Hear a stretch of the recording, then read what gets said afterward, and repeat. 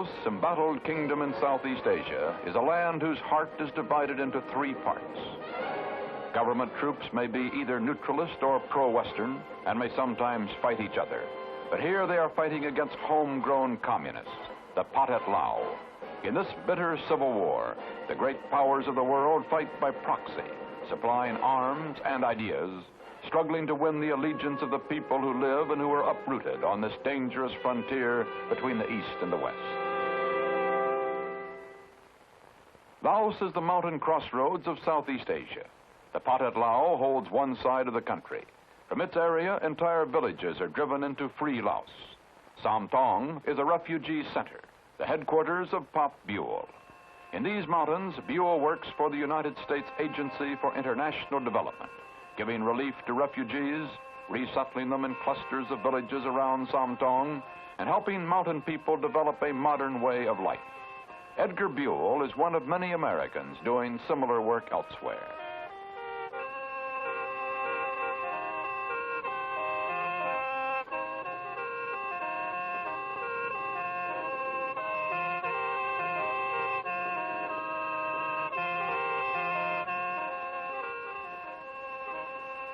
In this primitive farm technology, the mountain tribes normally clear brush, plant rice and corn until the land wears out, then move.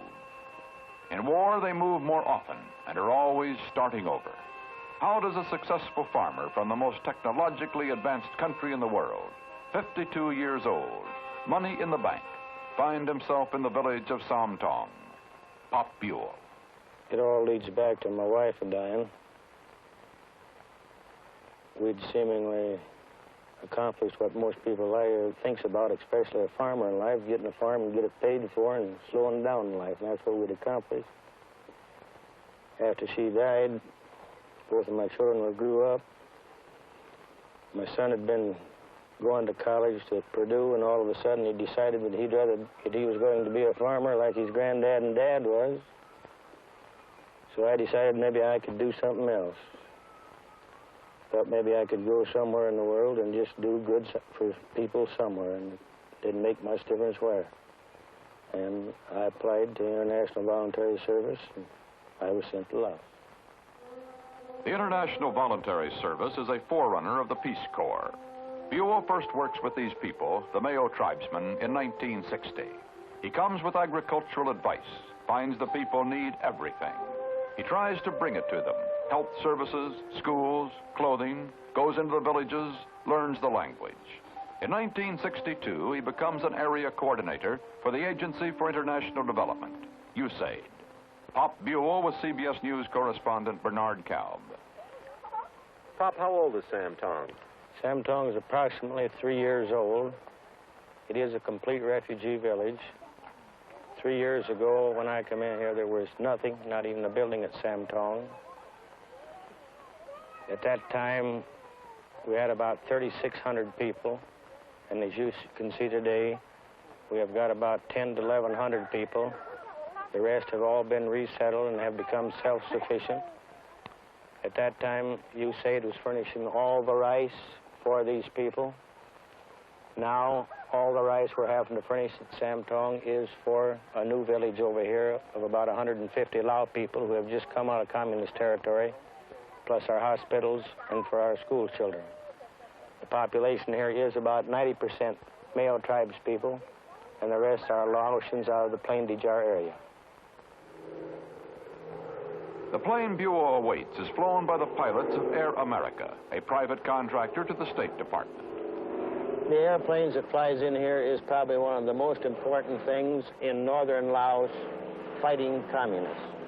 If there is nothing carried in an airplane up here, if there is no rice carried in it, no personnel or nothing, and if the communist sees this plane flying over, it probably has more effect on them than any other thing up here in this country.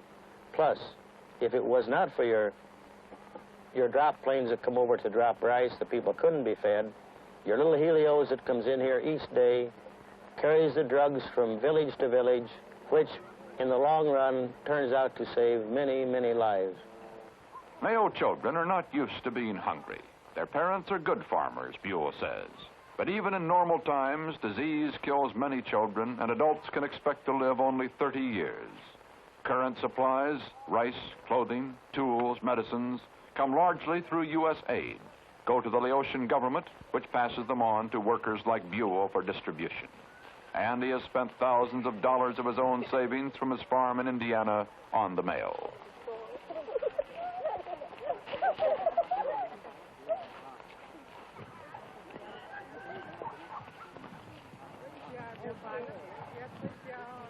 Sam Thong is a base for Buell. He also works in outlying villages surrounded by the Pathet Lao, with guerrilla warfare a daily danger. Buell jeeps in, walks in, or flies in. There are now about 100 landing strips in the mountains. The planes get shot at and hit. Buell has had a jeep shot out from under him. He has been a refugee himself more than once, and at one time the communists were reported to have a price of $25,000 on his head.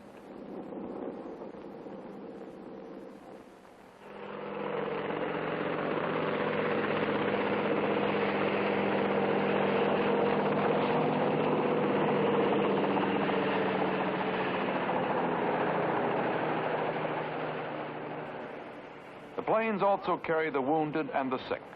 Villagers who do not submit to the communists must flee or fight.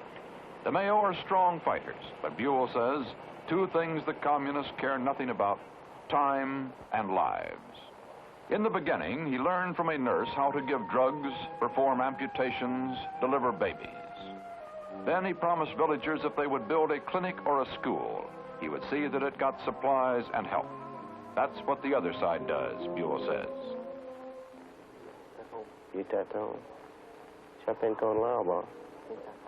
Dr. Charles Weldon is public health chief of the USAID mission in Laos. Up until about 3.5 years ago, the only medical tradition that they had was based on superstition, and it's only been about in the last 3.5 years that POP has started to develop these rather crude dispensaries and hospital facilities, and to train people from the mountains to give the medical care. We, unfortunately, have a very heavy load of war wounded. Probably at least half of the patients are people who've been injured by different types of war accidents. The other half of the patients are usually suffering from malnutrition, malaria, respiratory diseases, and different types of intestinal disorders. The staff are young men and women from the villages brought to Sam Thong for training. They learn by seeing and doing. Then they go back to their isolated villages to be the resident medical workers, health service, ward nurses.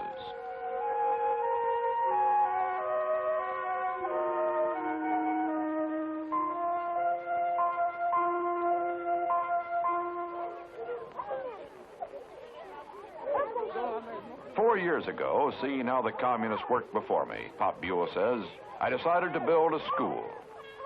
He has since seen many built by the villagers, from rough forest timbers, from bamboo and flattened oil drums. Thousands of Mayo and Laotian children are tasting education for the first time. Well, I feel we're making a great advancement in education in these mountains. 3.5 years ago, we had no schools. Today, we have many, and as you can see here, the advancement taking place. We had to get teachers out of Vientiane and build better schools for the advancement of these children. Les cours d'eau qui n'appartiennent pas au bassin du Mekong coulent vers l'est. Ce sont les Animen Anaden, then Sequet Enva Frontier. Pop, as you've seen this program unfold in the past 3.5 years, what kind of effect has it had on you? I think you all probably know that. When I went back to the United States, before I went back, there probably was a little question on my mind whether I was coming back or not. It's had enough effect on me that I'm sure if when USAID decides that they don't want me to work for them anymore, that I would come back and work for the people themselves. In Laos, Edgar Buell's nickname has nothing to do with his age. Pop means gift from above in male. Ton is Mr. He is Mr. Gift from above. These people comes out of the Plain de Jara area, which is well known by now. They have been 2 years trying to get out. In so doing, they've lost about a third of their population, either by sickness or by dying, or by trouble with the communists. They got in here about 4 months ago, and as you can see, it's becoming an established village. Up until 2 months ago, when I come from home leave, I didn't know them. But seemingly, they had heard somewhere across the mountain there that there was somebody over here that would not only be willing to accept them and would help care for them. And as soon as I arrived, after the second night, these people had already made preparations for a bossy, which we call a party, which you can guess was a very simple party that assured me that they had already had accepted me. They knew you by your name, Ton Pop. That is right. They knew me before they got here. And I had never met none of these people before in my life. What's happening here, Pop? You can see here an improvement that is taking place, and a very necessary improvement. For generations, these people with their livestock have been inbreeding. And you can see by looking at this pig what we have got to work with. You can see that the belly nearly touches the ground. There is no clasp to the body whatsoever.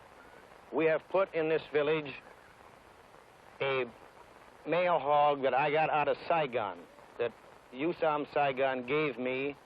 And here you can see the results of the first pigs. And notice the difference, how straight they are.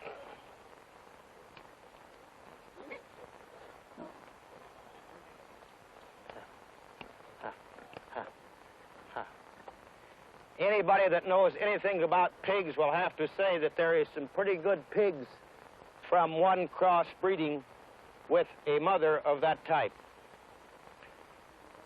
These pigs, in turn, it is understood that the owner will not keep, but he will pass on to other villages.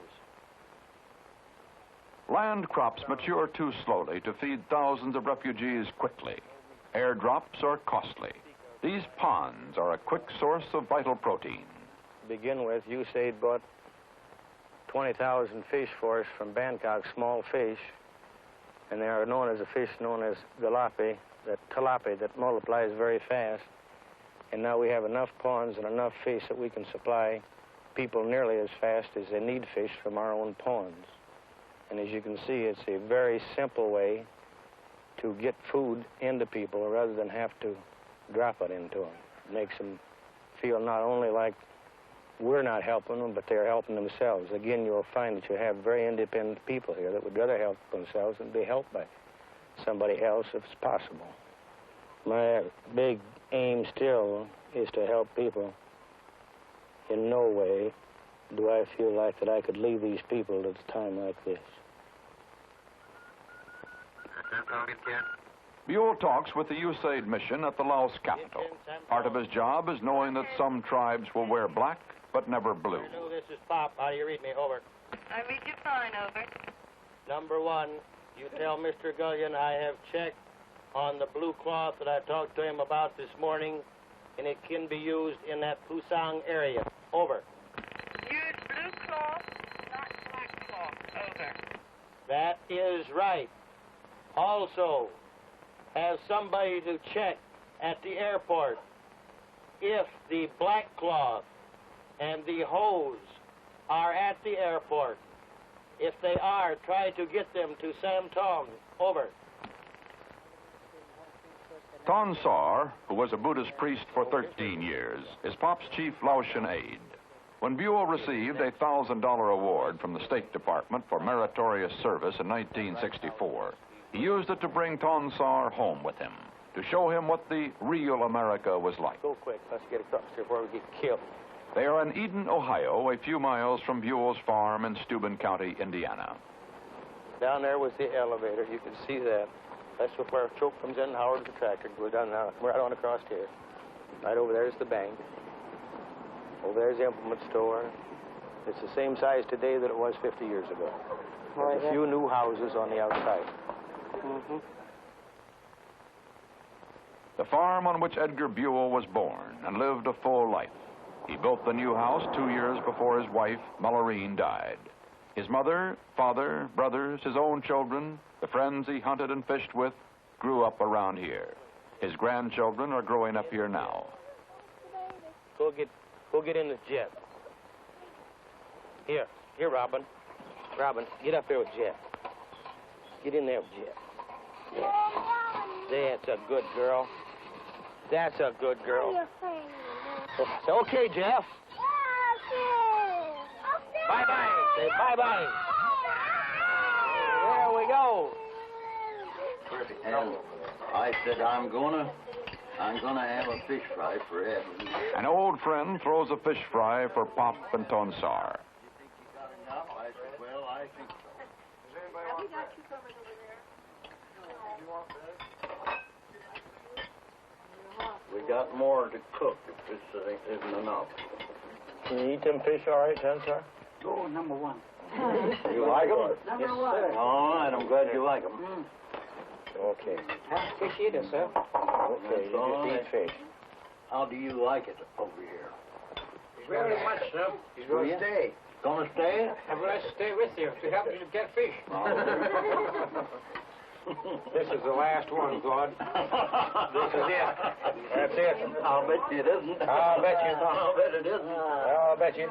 You know, when you was here before, you kept saying, well, I think this would be the last one. and then you'd reach and get another one. I remember. Want to be a little modest. That's right. Tom Sawyer was carrying the white shirt and the necktie. You said it. Well, that's what we did. And that's what our people over in that country get so tired of. The American with the white shirt and the necktie. Yeah. Take that off of him, you've set it off. Yeah.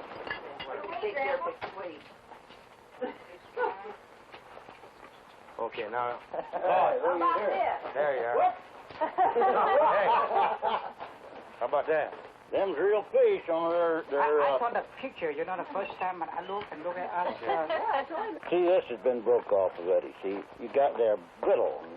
Of course, that is broke before. I put a piece of paper. I don't have nothing to show you like you show me right now, but I show you some. You will. What I got from my country. Here. What do you got? That's his religion. This is a very pure gold. It's, my Yeah, people that's worth respect very, very more than high. any of us has got in their pockets. Is that I'll right? swear. Is that right? This is a statue of Buddha. What my region, what I worship, what I believe that your people believe Christian or Catholic. I hang around over here for making happiness, so get a nice trip. And Wow. so Now, you lift this is pure gold. What the people does, you know, gold is much cheaper over there this than is it is the here. golden ring. The people that's fast as they get money, they'll invest, put it in gold. So if they've got to run in across the other country, they've got their money with them, see? Oh. It's in a little bundle. Yeah. And you can always sell gold anywhere in the world.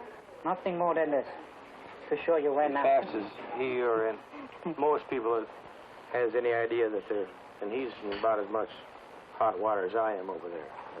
If I was to have to go, I'd have to find some way to get him out. So we've got to keep whatever he's got in little bundles like this so he can carry it with him. Oh.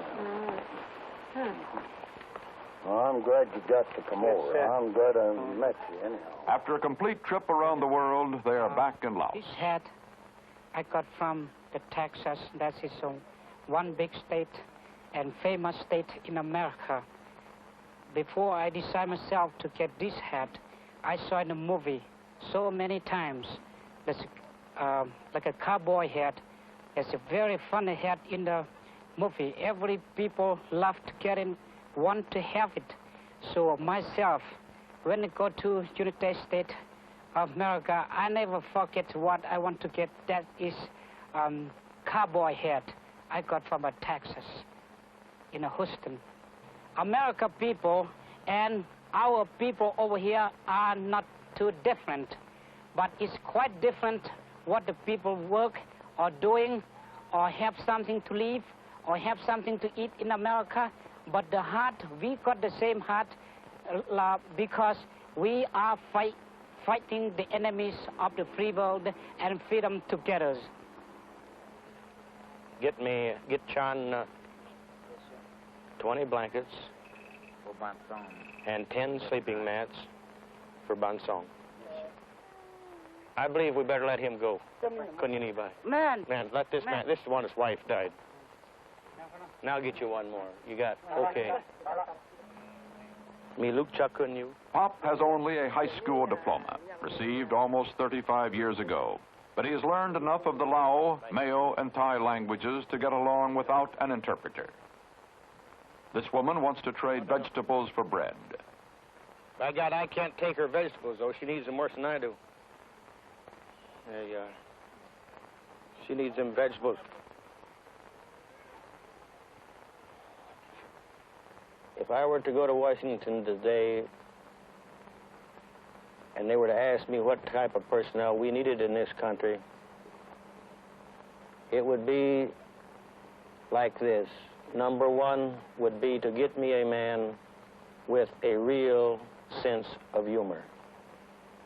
Number two, I would tell them like this, that when they are recruiting personnel, to get a man with a college degree, but along with that, get a man that has a lot of experience in no matter what field it might be, even if he's working in the office in the capital or if he's working in the mountains with the villagers. But in picking that man, if he hasn't got both, I would say cut the college degree and send me the man who has got much experience. I feel in no way are you ever going to whip communism in this country or any other country with bullets alone. In fact, I feel that what we are doing up here as Americans has to come way, many months ahead of before you bring the bullets in. To do this work, Buell feels that there is at least one man like him in every rural county of America, short on education, but long on experience. What he counts as experience is this: a memory of weeding onions at 5, the farm, the hardship of the Depression, winning through, the goodness of his wife, her death, the end of everything, and the beginning.